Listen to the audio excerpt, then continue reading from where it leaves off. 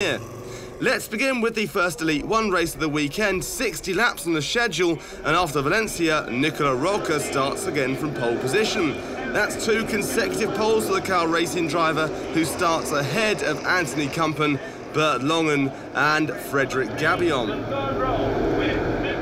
The current championship leader, Andy Villarino, starts from last position because he wasn't able to take part in the qualifying session after his teammate crashed the car during the free practice. Well, the cars are ready to go. 60 laps to be done by the drivers. And the usual rolling start. Here we go, the first left-hander of many today. Nicola Roca on the inside, fighting off Anthony Kumpen and doing a pretty good job as well, cutting that line out and driving quite nicely too. Always tricky on these ovals. You've got to give your driver on the outside enough room to get round, but not so much room that they can get good drive off of that turn.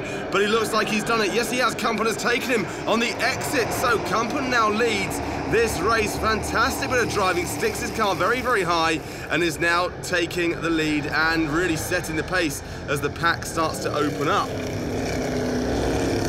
The battle for third is also pretty strong. We can see as well a bit of a gap developing, but the battle for third, that's Frederic Gabion in car number 3, and Bert Longen not too far away from him at all. You can see just how close they are and just how big that gap is becoming. Looking a little bit further in the pack then, well, and Villarino has come back already up to around 14th. There he is, 14th place.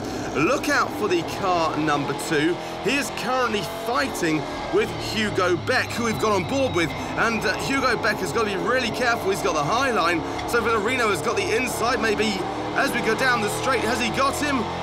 Yes, he has. Using the slipstream, he dives straight on the inside there, and it goes to show just how important the slipstream is in these oval circuits. Villarino takes him, gets straight on the back of Willy Bocina, the 2009 champion. And I tell you something, if you are Eric de Donker in car number 98, you look behind you, you've got Willy Bocina and Villarino looming large in your mirrors, which has to be a fairly frightening sight. Top 5 then, Kumpen leads ahead of Roca. First Jerome Sarian Jr. driver, then it's Frederic Gabion and Longen make up the top 4 of the 5. Have a look at the battle of the 4th then. It's car number 11 ahead. That's Longen ahead of Eddie Cheever the 3rd, currently 5th and 2nd in the junior trophy. Really sticking on his tail though, and the battle for 6 is equally as fraught as well. And we're on board with Freddie Nordstrom. He's behind Philippe Lietz and Ramois. The Swede looking to get past, but he's not quick enough to get through on Philippe Lietz at all, who closes that door. Very close driving and a lot of back markers getting involved as well. The lead is already closing in now on the back markers. We can see this car number 24, of course, that's Kumpen. He's leading ahead of Roca, and well, management of traffic on the oval is very important. The traffic going on the inside just there. It looks to me like Alan Day in car 54 and Hugo Beck in car 8 are going to be the next back markers on the list. Well, Kumpen looks like he's now behind Hugo Beck. He's just got to get past. It's all a case of navigating through, as it looks to me like Hugo Beck is going to allow him. He's going to go on the inside to allow Kumpen to go on the outside. Here he is. Oh, he's lost the back end. Kumpen's got nowhere to go. He's been hit straight into him. Oh, a massive smash there as well. That was absolutely incredible. Simone Montefort going straight into Kumpen. And as we went on board there with Freddie Nordstrom, you could see all the debris on the track. So out comes the yellow flag and the safety car. Wow, and a massive hit. And really Kumpen, the biggest name on that list. Incredible stuff, just completely lost it. Let's have a look at the replay then. Well, we can see that Beck loses it. Kumpen has nowhere to go, dives high into the wall, and then Montefort loses it as well. And a massive smash into Kumpen.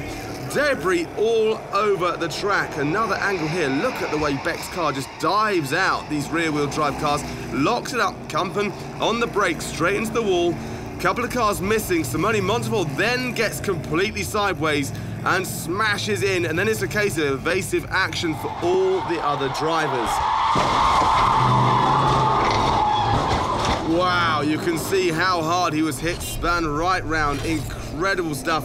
Well, the marshals doing their very best to keep this track nice and clear, ready for the restart as they all go around very, very slowly behind the safety car. Keeping their tyres warm, a surefire sign right now. The safety car is about to go in. All the cars lining up side by side. Here we go, safety car peeling into the pits. Roca is going to want to have a very good start here, and he looks like he's done it. Yes, he's taken whole shot ahead of Gabion, Longen, and Cheever the third, who's not that far behind at all. This is going to work out very nicely for Ander Villarino. All the cars bunched back up. He's just got to fight his way through, get those elbows out and stop people getting past him. As all the cars bunching through, they've got through the first couple of turns ahead after that large smash up a few moments ago.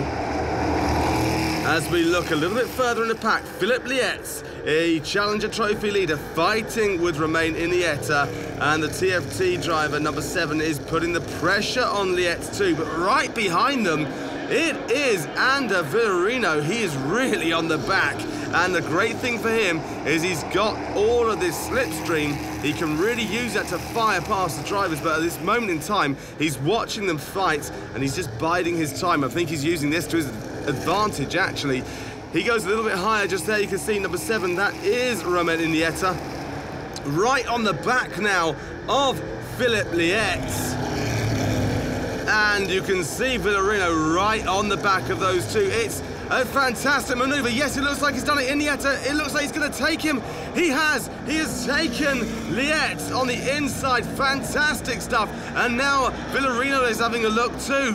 Incredible bit of driving there. As we look at Eric de Donker, second in the Challenger Trophy, ahead of William Jr., both in their debut oval race as well. And it's a very unusual form of racing if you've never done it before. Romain Iniesta is on fire. He's done it again. This time he's taken Eddie Cheever the third in turn number 3 to take 4th place. He started way back in 12th, and the back marker's really taking the inside line now to let the leaders get through. Battle for third. Iniesta is the only driver to use the middle lane. Is he going to do it? Yes, he's got the inside line.